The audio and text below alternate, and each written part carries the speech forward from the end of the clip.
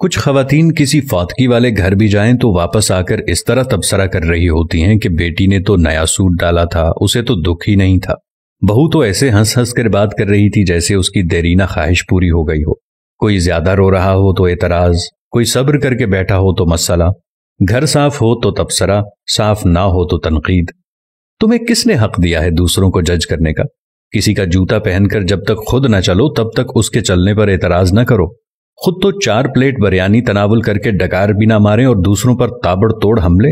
خدارا رحم کریں، کم از کم سوگ میں شامل نہیں ہو سکتی تو بلا وجہ ان کی عزت بھی نہ اچھالیں۔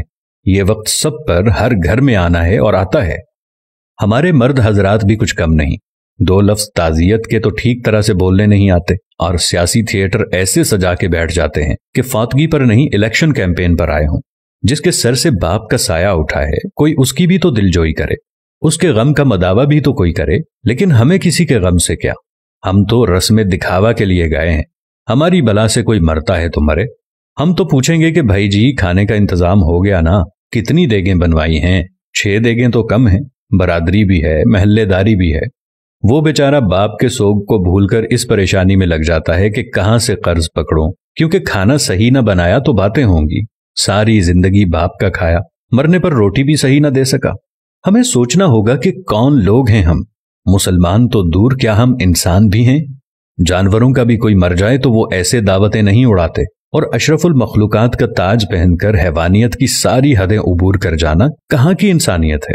میں نے میت کے گھر میں ایسی آوازیں بھی سنی ہیں جو دیگ پر بانٹنے میں لگا ہوتا ہے اسے کہا جاتا ہے ذرا پلیٹ میں 4 بوٹیاں زیادہ ڈال دینا، وہ داماد بھی آیا ہے تو اسے کھانا دینا ہے۔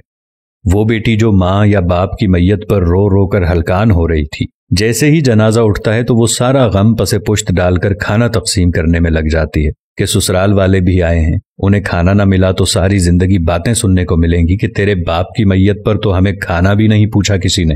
میں نے اس بات پر بھی تبصرے سنے ہیں کہ سالن میں تو تری یعنی گھی ہی نہیں تھا، ہماری پلیٹ میں تو بس شوربہ ہی آیا۔